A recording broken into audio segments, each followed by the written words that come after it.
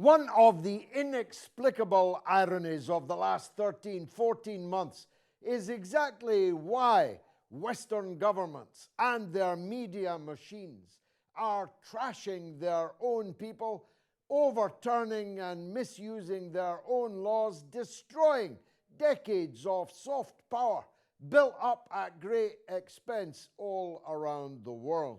The Western countries supporting Netanyahu's genocide have destroyed their international standing for a single country, of which most of them have no real affection, which is a country of 7 or 8 million Jews on the Mediterranean.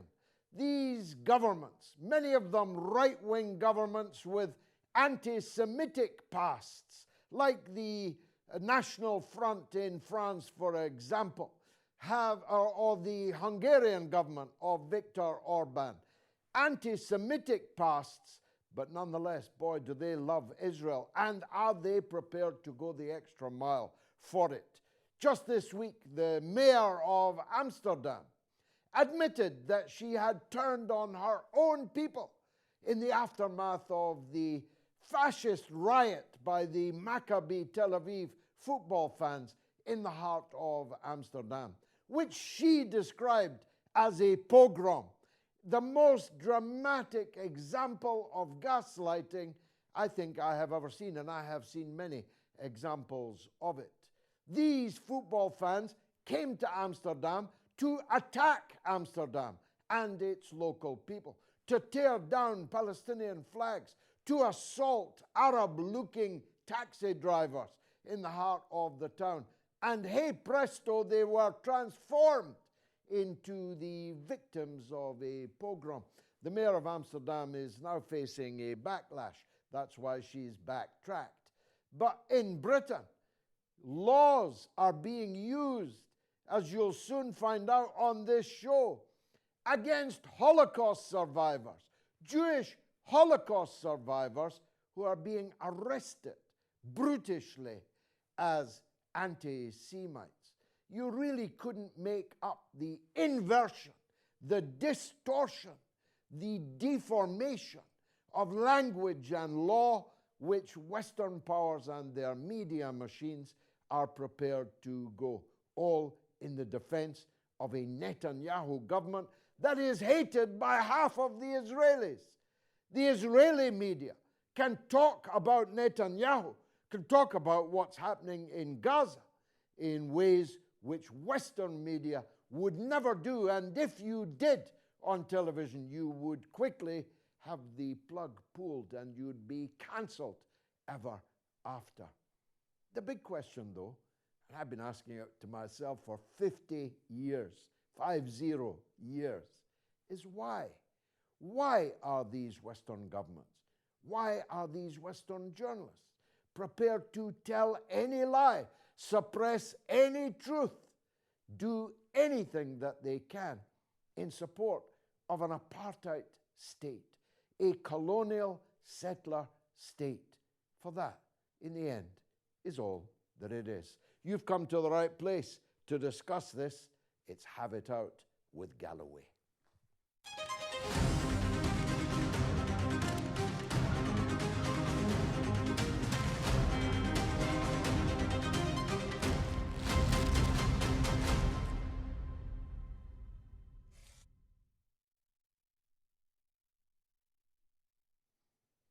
Professor Haim Bresheeth-Zabner is an academic at the School of Oriental and African Studies, a man worthy of respect.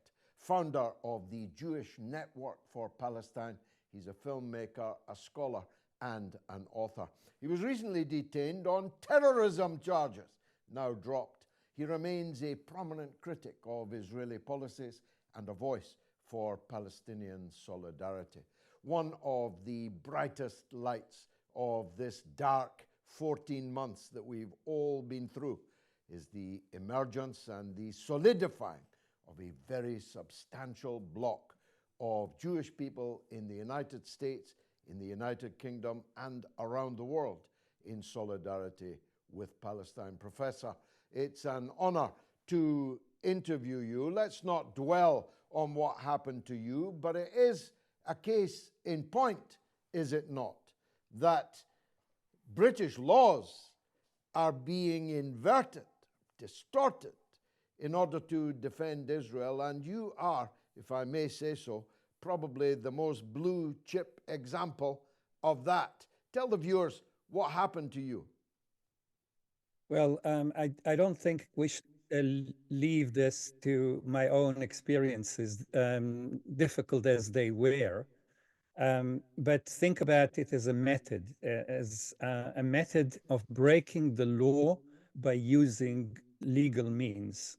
What Britain is doing is not that different from what the Nazis invented in the 30s. In order to apprehend, arrest, and later even destroy the lives of millions, they passed laws that were illegal, basically, because they took the rights away from a whole group of people. Britain doesn't do it to millions, it does it to a whole milieu of people who are actually upholding the law. The law, the international law, which is law in Britain, is law everywhere, says that we should do everything we can to stop genocide where it happens. We should do all we can to prevent it happening. And we should actually bring the people who are committing genocide, which is the crime of crimes, to justice.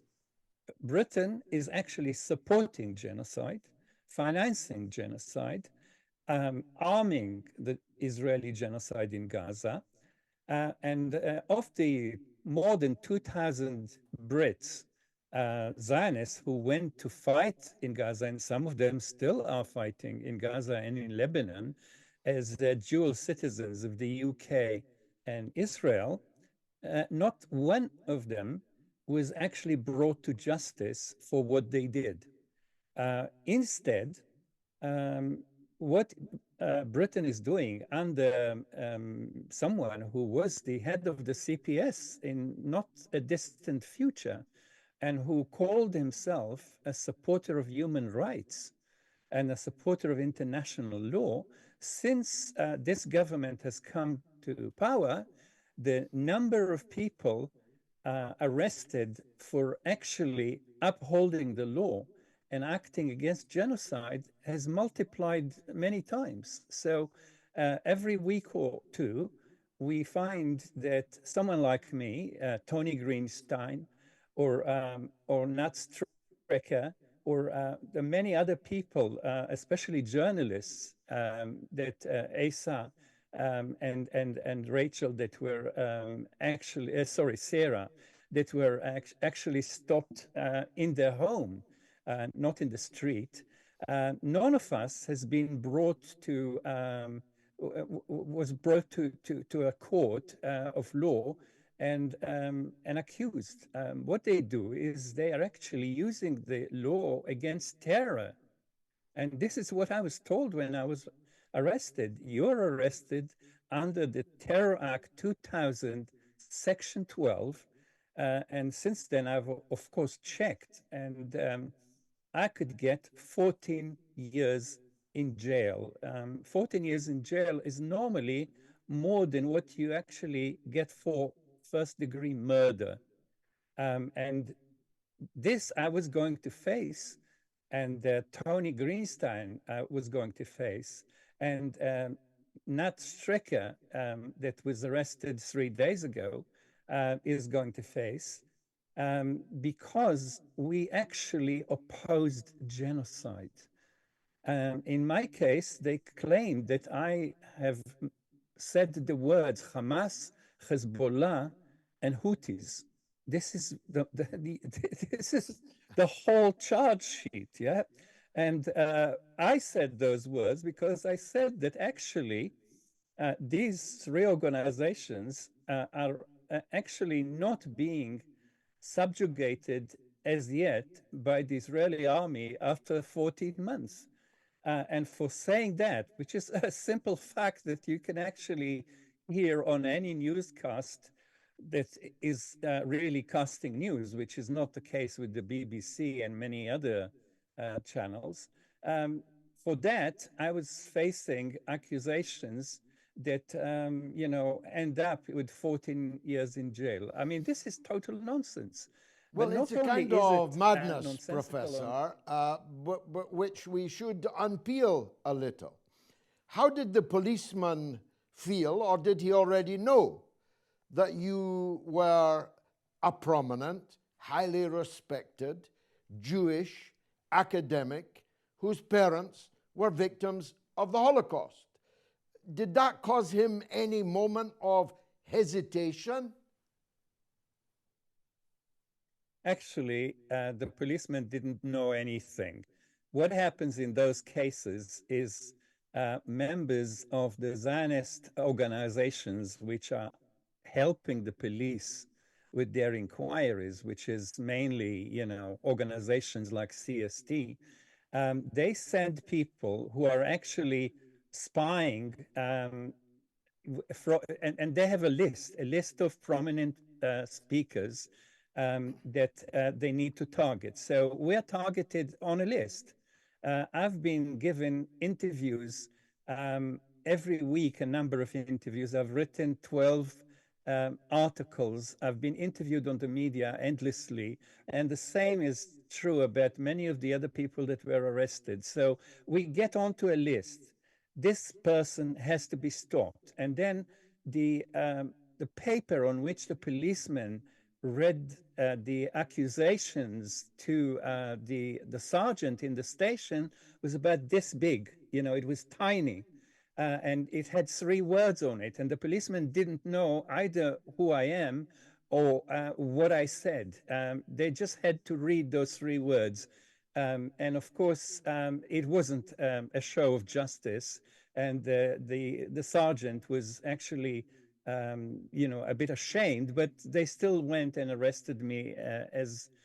Not only that, I'm 79. I am a cancer patient and a heart patient. I have advanced, dangerous cancer.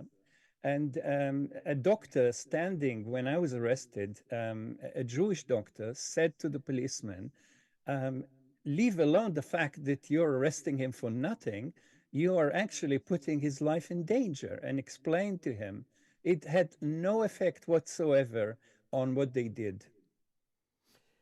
Section 12 of the Terrorism Act is a very serious thing, as you just explained. I was a legislator when this act was going through Parliament. I contested virtually every line of it, certainly every paragraph. So I know this act. What it was never intended to cover was a speech made by an academic saying things that are common parlance across the world amongst tens, if not hundreds of millions of people. It is an objective fact what you said in your speech. They can't seriously have imagined, could they, that they would persuade a jury in the High Court that you were guilty of terrorism.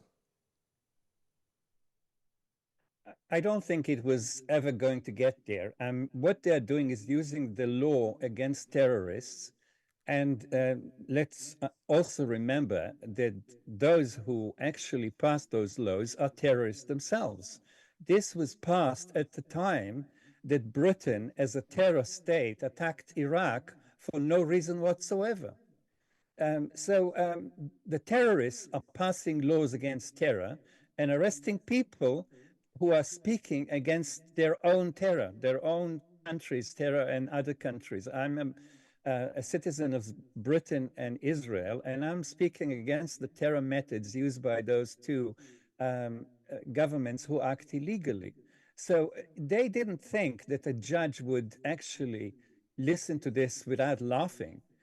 But what they did and what they are doing to this day is they're arresting, basically harassing, silencing, and doing everything they can to make sure that you can't hear what we say on the news.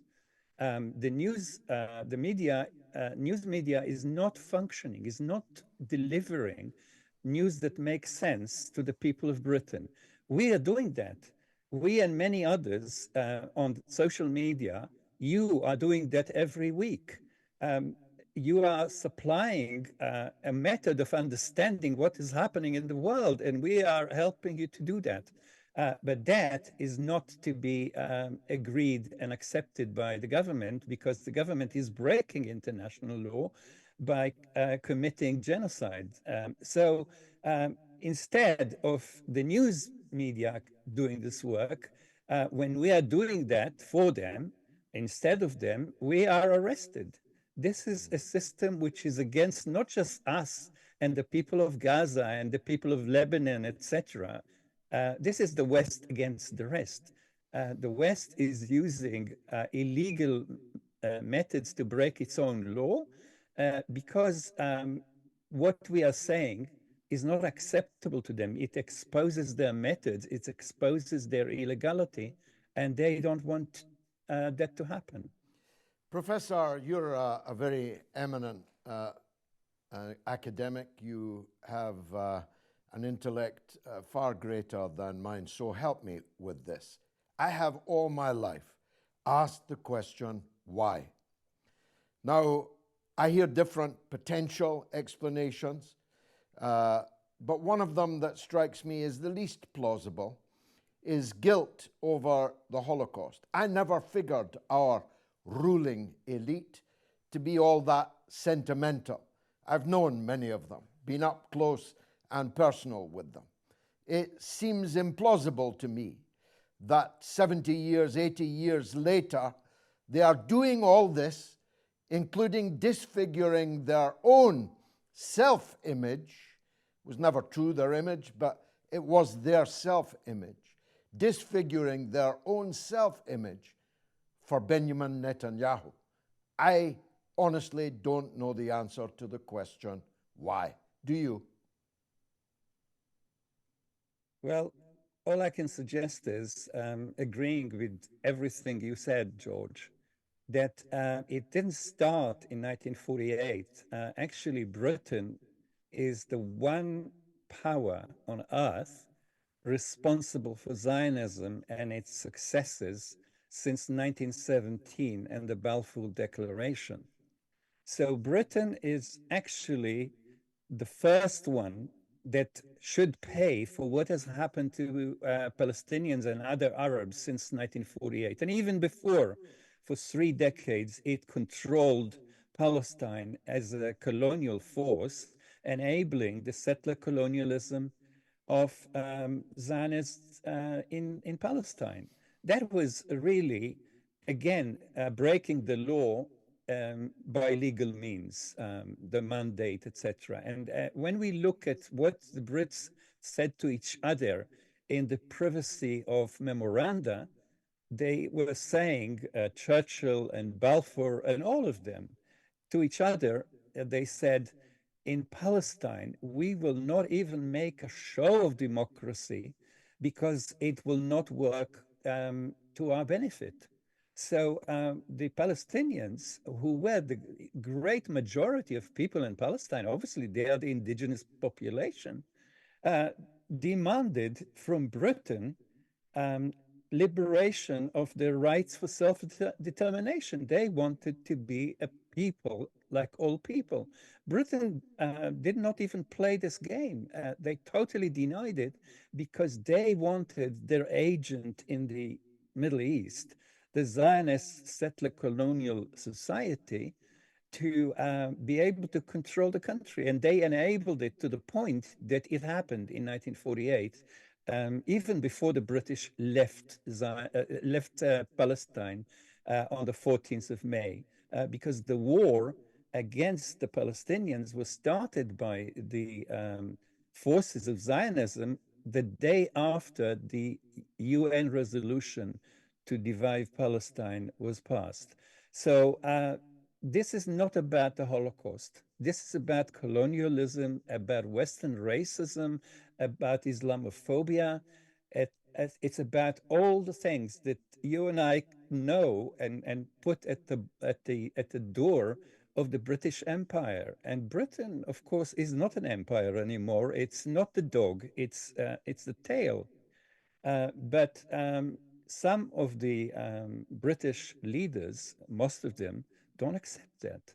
And they want to be at the table with the other powers, the greater power, for example, the United States. So Tony Blair had to get under the table together with Bush.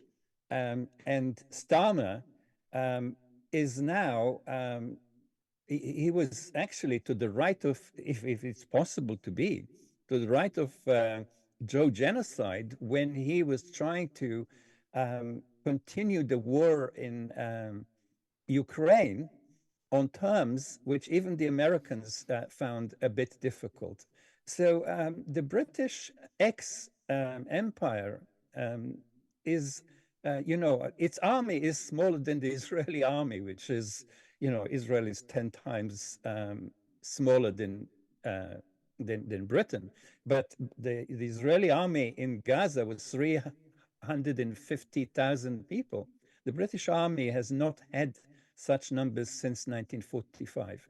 So it's not really a significant political, financial, or diplomatic, or of course military power when you compare it to the others, starting with the United States. But they try to be at the table. They try to, I mean, you will remember that dear Boris Johnson is the one that broke the agreement that was growing and coming into being in Istanbul more than 2 years ago. Britain has been acting not in its interest, not in the interest of any people, apart from for the US, NATO, and its leadership. And, the Israeli tail of the American dog sometimes ends up wagging not just the United States, but also the British poodle. But this has happened everywhere. And the so-called guilt over the Holocaust um, should be understood probably in Germany, but not necessarily in Britain, in the United States. Yeah. So I don't think this is really, this is a meme. This is a story. This is a narrative and a useful line to continue repeating, but it's not a political motive. The political motive is the war of the West against the rest, because the West is very weak and is in decline. It's in the serious decline. And so is, of course, Israel, even more serious decline at the moment. And when empires and their servants are in serious decline, they are the most dangerous. And history has proved this time and again. Dangerous indeed. Professor, as I said at the beginning, I mean it even more sincerely now. It's been an honor talking with you on Have It Out with Galloway. Let's hear what the audience has to say. Lorena Cervantes is in Vigo in the northwest of Spain. Lorena, welcome to the show. What would you like to say?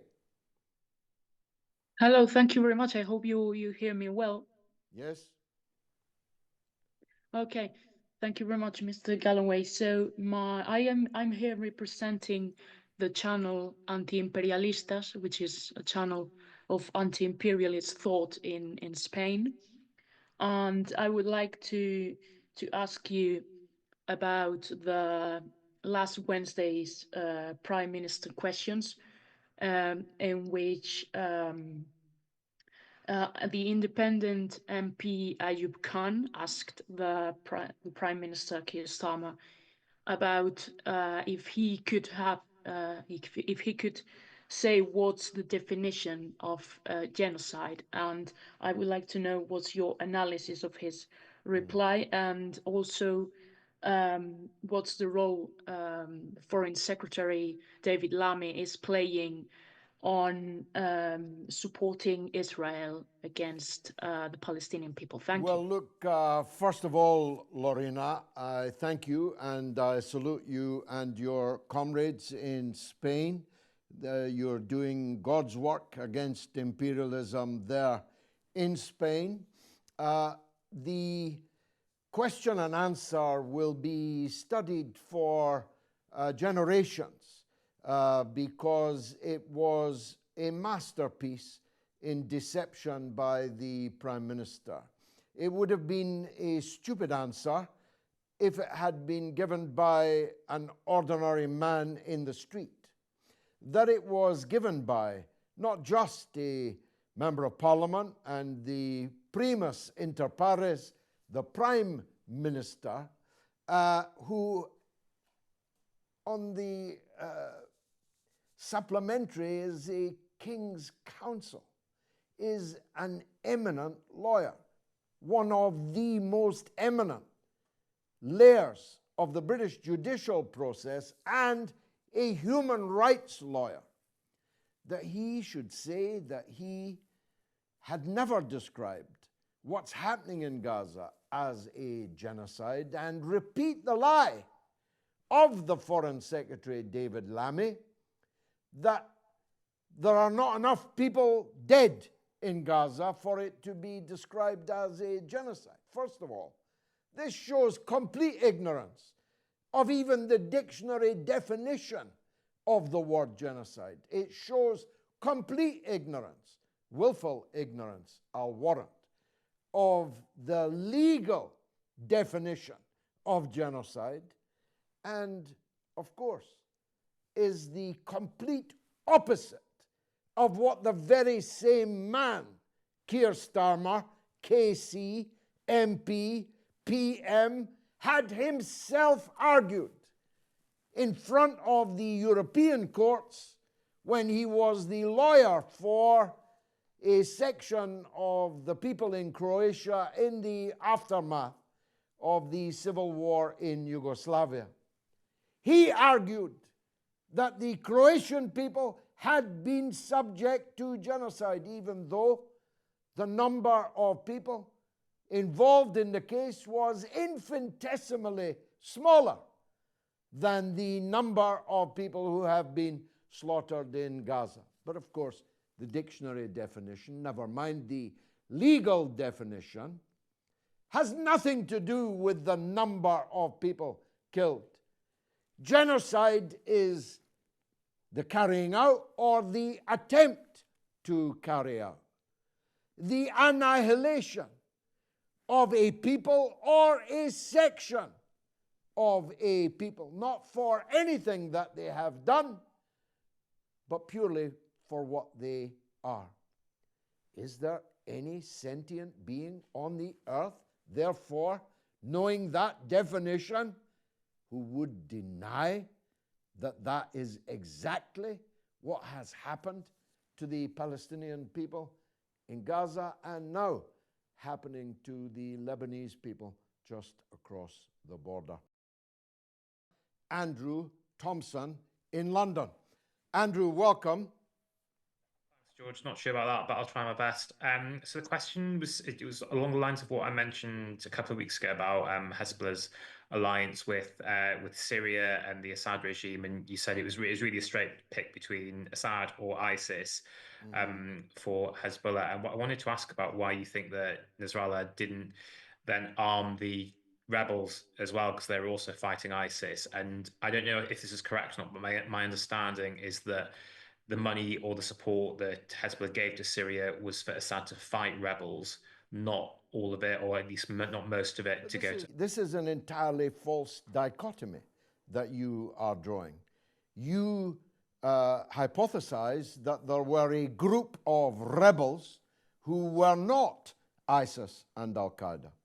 It's my case, and it's the case of most informed observers, that the rebels were from the outset Al-Qaeda, and that anyone supporting the rebels was ipso facto supporting Al-Qaeda. Now, Al-Qaeda split into Al-Qaeda and ISIS, and oftentimes they fought each other. But the idea that someone would give assistance to Al-Qaeda against ISIS or ISIS against Al-Qaeda is ludicrous.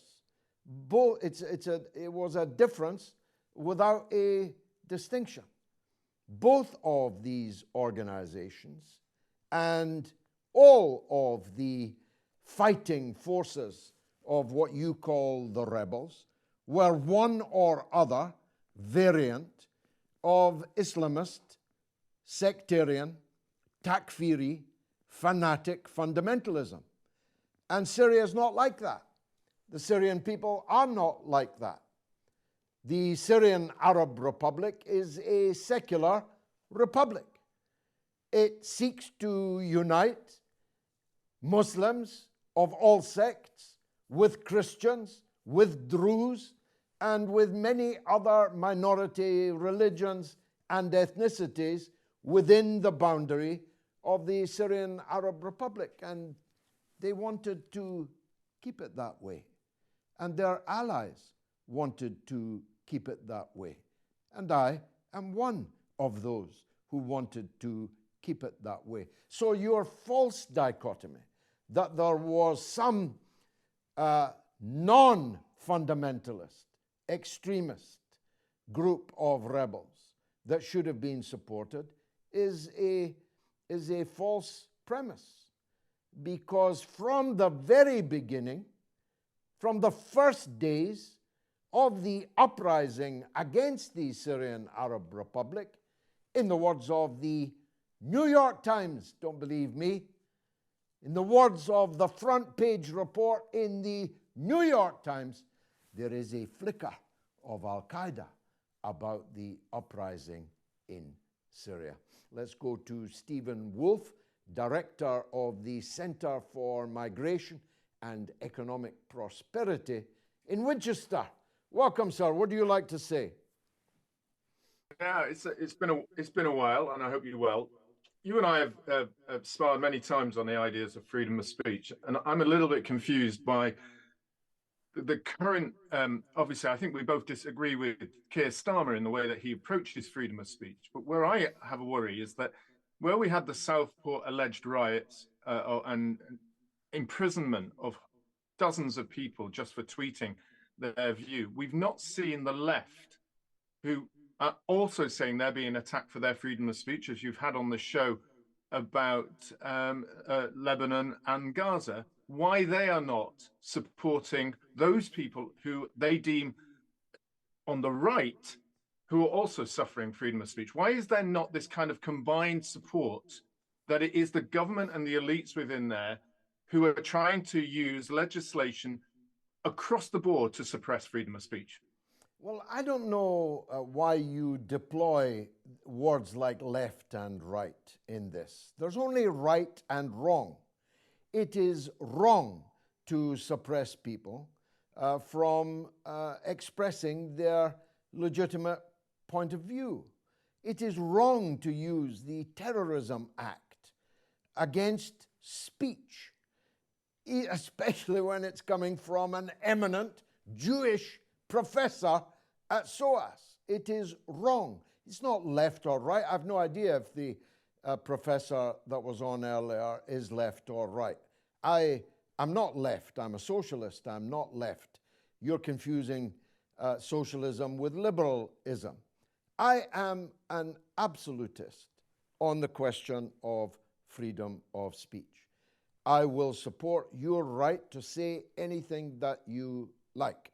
But you have to be ready to face the consequences of what it is that you say. So, for example, and you won't like this example, I am entitled to say that you should be killed right now. I'm entitled to say that. But I have to face the consequences, which are that I have just incited someone, hypothetically, to kill you. And incitement to murder is a crime altogether separate from issues of speech. Now, some of the people who tweeted on a case that we cannot discuss because it is a live case, actually incited people to murder other people. That's a crime, ipso facto a crime. It's separate from their rights to speech. It falls under an entirely different category of law, and I suspect that that's what you don't like.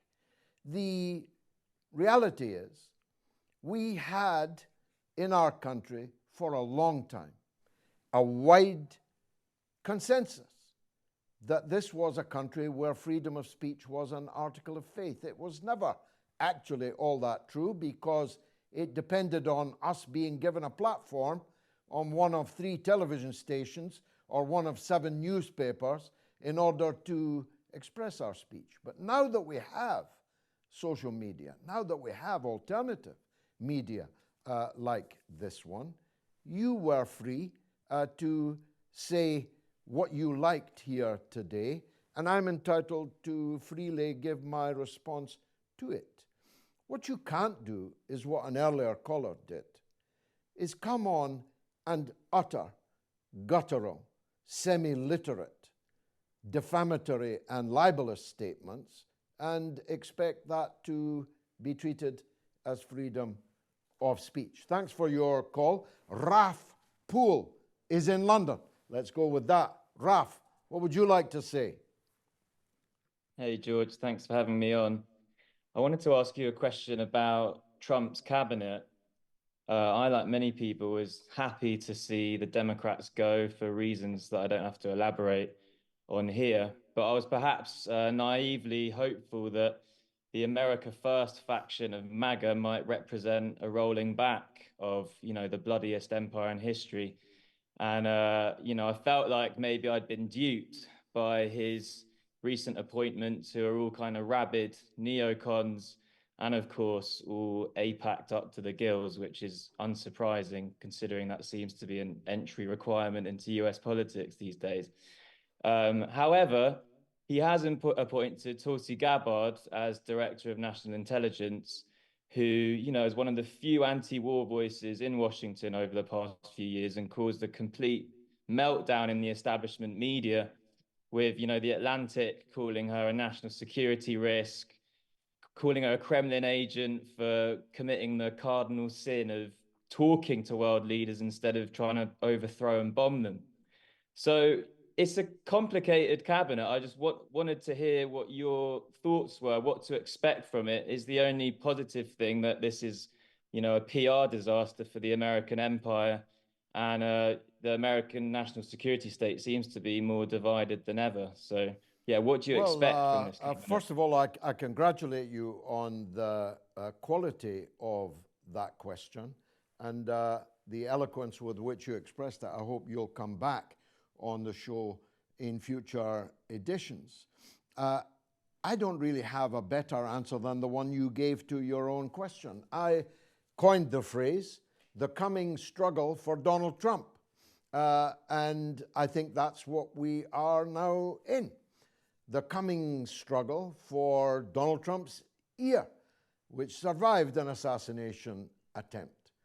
I sometimes have the feeling that, in the words of the great Oscar Wilde, Trump is like a sofa who bears the impression of the man who last sat upon it. And we'll see if in time whether I'm right about that, whether he has any great ideological strand or current of opinion himself. We'll see in total. But undoubtedly, there are different voices that are competing for his ear, and you adumbrated them. Tulsi Gabbard is very bad on some issues and extremely good on other issues. RFK Jr., ditto. One spectacular black spot in his political CV is his adulation for the Zionist state of Israel. But on all other matters, Big Pharma, the Ukraine war, and many others, he is outstanding, and he's in the mix. Tucker Carlson is increasingly outstanding on more and more issues. And while not in the cabinet, clearly he has Donald Trump's ear.